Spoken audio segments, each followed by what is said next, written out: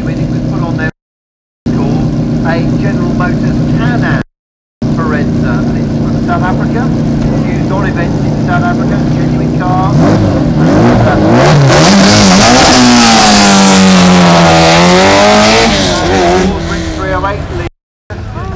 As Pete Slice is the driver of that Mark II Escort. Sent me the personal information on Joyce's. She's married to Rick and she has just one son, Ryan. Yeah, is nice, he here today? Commentary note. Ryan, very good. Here's the car to look out for. Steve Smith, 49 left so far in this class. On high the traction off the line. Amazing, isn't it? Yeah. Compared to the Escorts that are struggling to get off the start line. All the weight over the back wheels. Just went off like a bullet, it really did. So the two front runners on the historic rally on stage together. So Pete Sykes probably finishing the stage as we speak. And Steve Smith, the overnight leader, in the middle of the stage, heading down towards the jump. Vastly experienced Steve Smith, making the Porsche go incredibly well. I do see some hazard flashing on the... keep out of my way. That was just an indicator. Yeah. Step aside, I'm coming through. To the line now, car 8, ton higher event. Darren Howard, 1976 Ford Escort. Keep an eye on Darren because he's never done a rally before. Debuting in this rather nice youngster Scott Howard. I'm going to assume.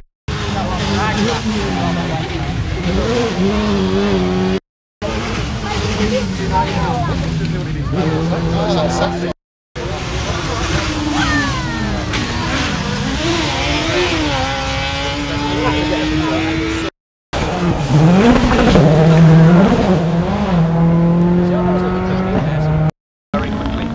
Still the 205 Championship was around today as a relatively cheap way of getting into one-make rallying, and a good way to see how you gets the opposition. We've talked about one-make rallying really throughout the weekend, and that's been such a great springboard for talent. The likes of the Larders we talked about this morning, which opened a few people's eyes, but also the Pumas, the KAs, the 205s, 911 doing some donuts now. Steve Smith in the 911, very quick this morning in the historic batch. Very, very well sorted car and a very experienced driver. Now doing a bit of showboating for you.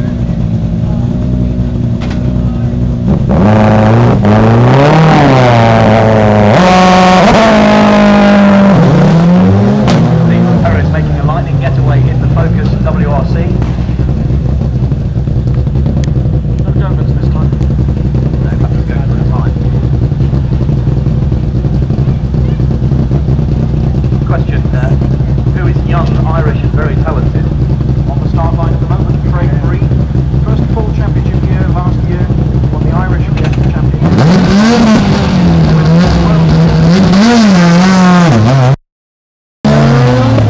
Normally have a young Welshman beside him. I haven't seen Gareth With the crew still in it. See, that's the handy thing when you've got your own recovery company here.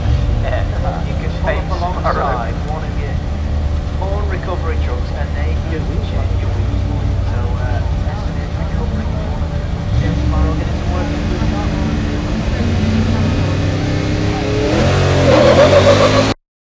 4 litre, 4 ascension to Milner. That's really, really quick, that thing. I'm amazed. Like we said, though, the nature of power, lightweight. Yeah, they don't weigh any more than a car, do they? That's why they're 100.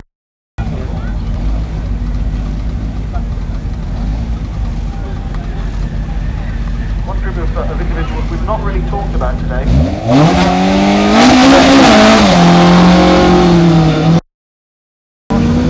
Rescue crew. Solver. In fact, it is. So we know that rally drivers don't make very good co-drivers, and in the third car, I think that's Craig Breen, isn't it? Brilliant.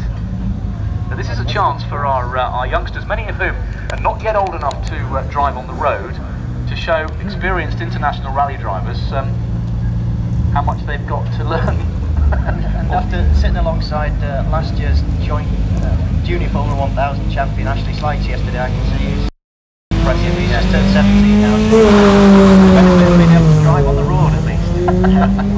Craig's looking up, how quickly they're going. Craig's mirror's folded in. It's just... I've wandered downstairs, gentlemen. I'm actually going to try and catch up with a couple of them as they come back in to see what their illustrious co-drivers had to say about their driving talents. I think the plan is then, from what I understand, to swap driver and co-driver over and see if the top guys can show them any youngsters. So the 3 micros on course yesterday, it's much quicker than it looks. Yes, I think that's a very good description of it. Certainly its green stripe makes it look a little bit special. And who are the guys behind the wheel? I would imagine is younger than the car. That's great, that's very, very quick indeed, that. He's a committed driver. He races in the French Championship and not too badly actually. We've got the Nemesis on the line now. You've got to spare a thought for this man. That car's over 2 metres wide.